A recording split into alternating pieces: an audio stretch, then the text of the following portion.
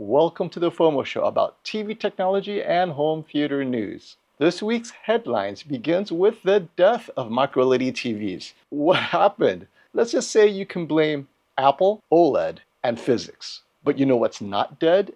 LCD TVs. Yes, they are on the rise, and it's thanks to TCL, BOE, Hisense, Sony. Everybody's putting their R&D into making sure LCD TVs stay relevant. And today we also learned a lesson why competition is good. Ever since Best Buy left the Blu-ray disc market, right? They no longer sell Blu-rays.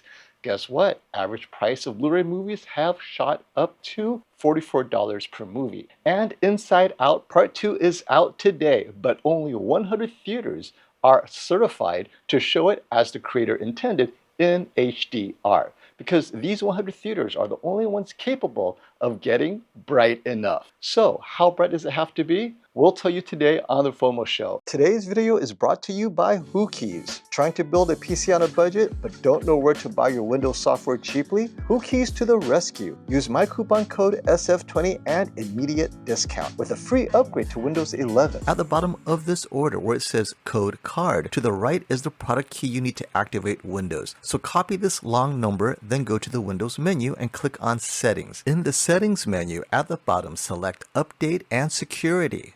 Select Activation, then select Change Product Key, paste what you copied from WhoKeys, click Next, click Activate, and you're done.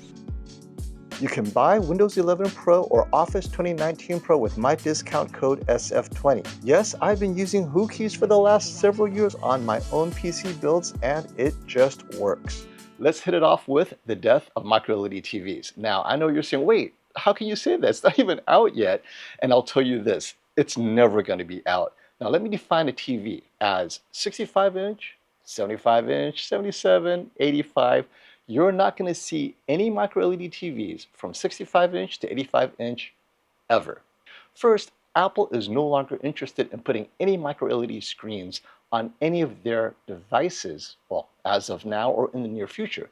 Remember, they spent billions hoping to have an Apple Watch with a MicroLED screen, and then it hit them. This is just too expensive. Not happening.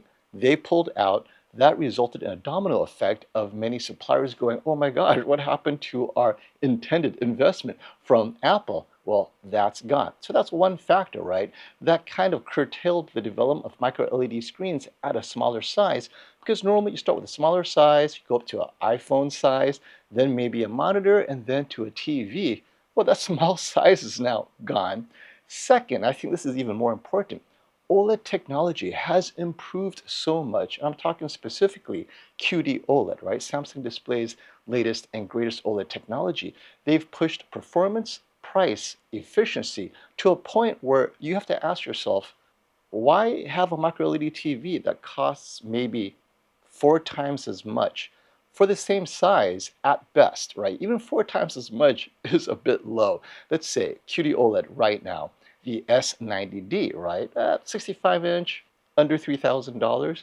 A micro LED of that same TV would be at least $50,000, if not more.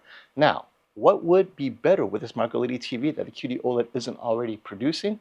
Probably slightly brighter, I'll give it that, but then thermal efficiency, energy consumption will bring that brightness down significantly. Many people forget micro-LED TVs, although efficient, put out a lot of heat, have a lot of energy requirements to match the level of brightness that we want. If it's only going to match the brightness of an OLED, then why have it?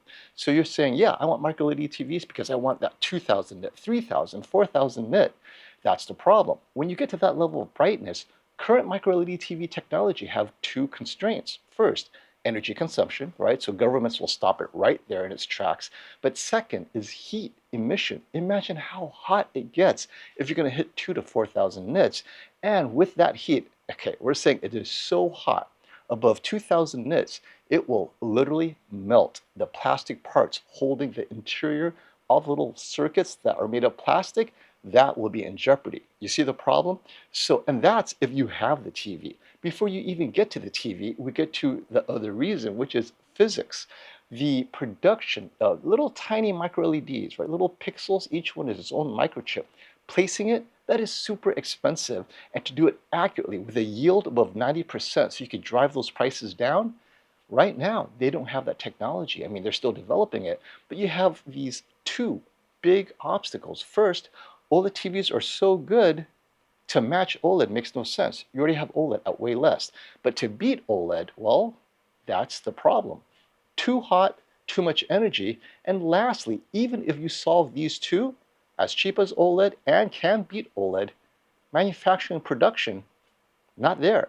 So by the time we get there, where will OLED be? So let's say we've been predicting 9 or 10 years from now for a micro LED TV under 10,000, right? Even that is beginning to look very generous. But let's say in 9 years, where will QD-OLED be in 9 years? Where will QD emissive be in 9 years, right? We're talking about each quantum dot itself being an emissive pixel, right? Just like individual micro LED RGB pixels, we're talking about each QD being its own pixel with inkjet printed technology, which ends up or will end up being cheaper than micro LED. So at the end of the day, you have multiple technologies in the roadmap that can effectively compete with micro LED at a much lower cost. And you're all saying the same thing. Micro LED may be more durable, it might get brighter. While the brightness, I don't think it's going to be realistic because the heat, the energy consumption, and the durability. How long do people keep their TVs anyway? 6, 7, 8 years? In 9 years, I think OLED will be durable enough to last that long, which takes us to an older technology, LCD technology, which will have a lifetime longer than micro LED and possibly even OLED. LCD technology, I personally thought was dead, in the gutter, buried, forget it, right? The eulogy was made. I made it. And then suddenly mini LED made it brighter. I said, okay, it's brighter, but what's the point of having a bright, bad looking TV, right? But ultimately, it was not just brighter, it got better, more dimming zones, better blooming control. And we're talking, it's outperforming OLED at the strength of OLED, which is that contrast out of brightness with color luminance. And suddenly I'm like, wait a minute. But now LCD TVs as a flagship technology is challenging OLED at an affordable, larger size. 75-inch, 85-inch, 98-inch, right? You got OLED at 97 inches, not as bright, $25,000. At a 98-inch where it's super bright, super punchy, $10,000. The TCL 115-inch, around $16,000. OLED does have a competitor in high performance, and it is LCD TVs at a more competitive price point. And that's what's keeping LCD TVs alive. And not only are they alive, they are thriving. TCL and BOE are putting together technologies that everyone else has left for dead. And guess what? Sony is benefiting. Samsung is benefiting. Rather than developing those technologies themselves, they're taking the best from TCL and BOE and putting it into their own TVs. This year, the Bravia 9. I am so impressed by that, and we're going to talk about it on today's live stream with Brian and Youthman. And we're going to talk about why I think Sony is the #1 brand this year for TV entertainment.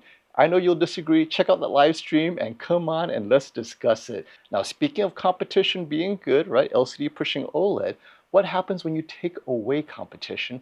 Best Buy in particular. They left the Blu-ray disc marketplace. What has happened? Well, according to this article, prices have risen. Average selling price is now $44. So I went on Amazon and took a look. Now, it didn't look like it was that high for the top movies like Mad Max Furiosa, Kong vs. Godzilla, right? These movies look reasonably priced, but you tell me, are disc prices going up? I've stopped buying discs since last year because they're normally streamed or downloaded on Kaleidoscape, but many of you are still aficionados of that steelbook. So, is physical media more expensive ever since Best Buy left the market? Speaking of expensive, how about expensive movie theater tickets, specifically HDR movies that's been certified by Pixar to show Inside Out Part 2? There are only 100 theaters capable of creators' intent the way Pixar intended. They said to see this in HDR, there are only 100 theaters certified to show it as they feel HDR should be shown in a theater. You know how bright it is in these theaters? Let's say, for example, the Culver Theater in Culver City, ironically very near Sony Studios, but it's not a Sony micro LED screen. It's the Samsung Onyx screen. Brightness, 300 nits. What? That's all? Well, You have to take into context, how big is the screen? As the screens get larger, brightness become perceptually more impactful. So 300 nits on a 20-foot screen is going to look bright as heck. But at a smaller screen, let's say for our home, 65, 75, 85 inch, we have TVs now pushing that HDR brightness to the way that the creator intended. And this year, the Bravia 9 is the one announcing its presence. We're here to deliver that bright HDR impact that not even OLED can deliver. I'm reviewing that TV right now, and let me tell you, I'm impressed. That review is coming soon. But if you want to see an early peek, check out our live stream today, where I talk about my impressions of the Sony Bravia 9. But how impressed am I? You can take it up with me on the live stream later today. Until next time, stop the FOMO.